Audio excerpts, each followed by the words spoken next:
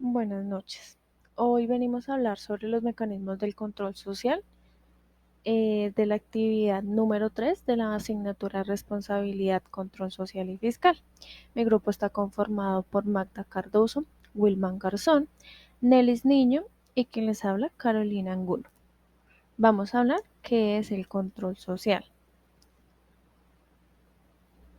Bueno, el control social es el derecho y el deber de los ciudadanos a participar de manera individual o a través de sus organizaciones, redes sociales e instituciones en la vigilancia de la gestión pública y los resultados para la correcta utilización de los recursos y bienes públicos.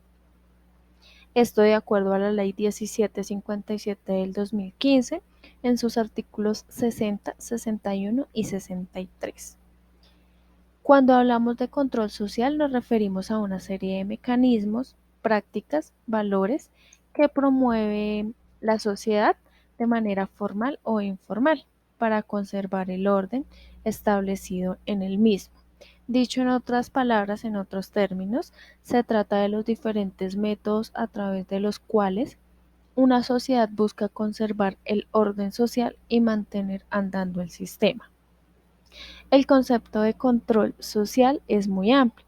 En su seno tiene cabida a distintos mecanismos muy diferentes, que van desde leyes hasta valores y creencias que se hacen cumplir de las siguientes maneras.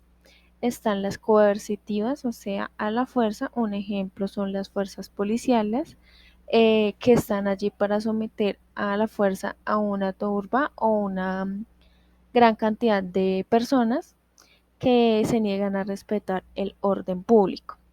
Las persuasivas, un ejemplo de este son las leyes que rigen dicho orden público, que son impartidas en la escuela, es decir, a través de la educación y fomentadas por los medios de comunicación. Ya más adelante mis compañeros van a brindarles más información respecto al control social y sus mecanismos. Mi Continúa mi nombre es Wilman compañera. Garzón y voy a darle continuidad a la presentación que venía desarrollando mi compañero. Es por eso que el control social implica a menudo un control también cultural y político.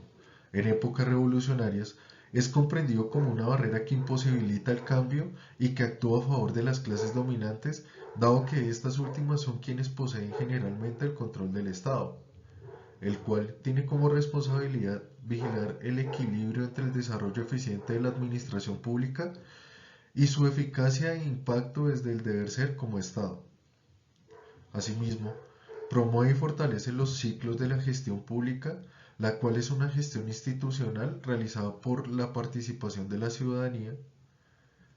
El control social es un derecho y un deber que tiene todo ciudadano de proponer, acompañar, sancionar, vigilar y controlar la gestión pública y la prestación de servicios públicos suministrados por el Estado y los particulares en condiciones ordinarias.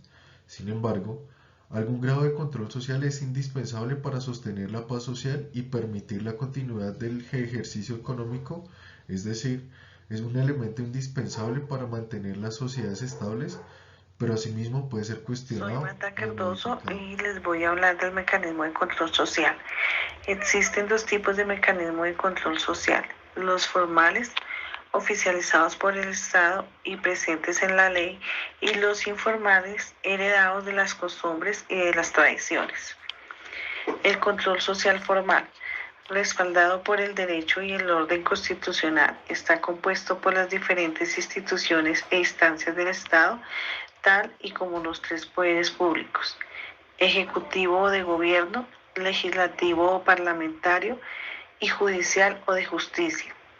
Las ordenanzas municipales y otros sistemas regulatorios, por ejemplo, la creación de leyes nuevas que regulan la conducta o la implementación de una documentación universal para cada uno de los ciudadanos, son mecanismos formales de control de la sociedad.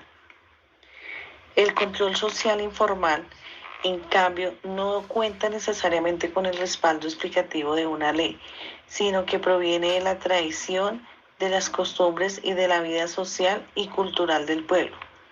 Sus mecanismos, por lo tanto, son más diversos y cambiantes, y pueden variar significativamente de una sociedad a otra o de una época a otra. Por ejemplo, las religiones y sus códigos morales, en los que ciertos actos están permitidos y otros en cambio prohibidos, o los valores culturales tradicionalmente arraigados como el lenguaje, y por lo tanto la forma de expresarse, la cortesía y los nombres de las cosas. Por otro lado, los mecanismos de control social, tanto formales como informales, pueden ser clasificados en coercitivos o persuasivos, dependiendo de la forma en que promueven su mensaje. Cuando ésta tiene que ver con la obligación y la fuerza, se trata de un mecanismo coercitivo que funciona en base a coaccionar al individuo. De control. El registro ciudadano por parte del Estado. Desde que un niño nace, el Estado creará un acta de nacimiento para brindarle una identidad legal, del mismo modo que luego le asignará un documento de identidad, cédula o pasaporte. El Estado tiene el control estadístico de su ciudadanía, pero también puede brindarle servicios burocráticos y legales. La prohibición de venta de alcohol a menores de edad. El Estado prohíbe la venta de alcohol y estupefacientes a personas que no tengan la edad apropiada, generalmente 18 años, en otros lugares 21.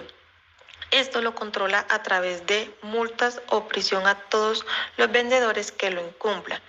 El monopolio de violencia. El Estado posee la Fuerza Armada del Orden Público, grupos armados. Es utilizada para combatir amenazas externas como países rivales o internas como insurrecciones, rebeliones o terrorismo. Las prohibiciones religiosas. Estas son impuestas a sus fieles un código de conducta más o menos estricto, en el cual suele abundar las prohibiciones. Así, por ejemplo, en Islam prohíben la ingesta de alcohol y consumo de carne de cerdo, mientras que en judaísmo prohíben el consumo de carne de cerdo y de cualquier otra carne que no haya sido preparada con un estilo específico de sangrado. Los roles de género. La sociedad tradicional está estructurada en base a los roles laborales y públicos. Los hombres se han identificado como roles activos para trabajar, inventar, construir y liderar, mientras que las mujeres con roles pasivos, como limpiar, cuidar, decorar y acompañar. Establecimiento de un orden de generaciones más jóvenes le ha costado contradecir y remodelar. Muchas gracias.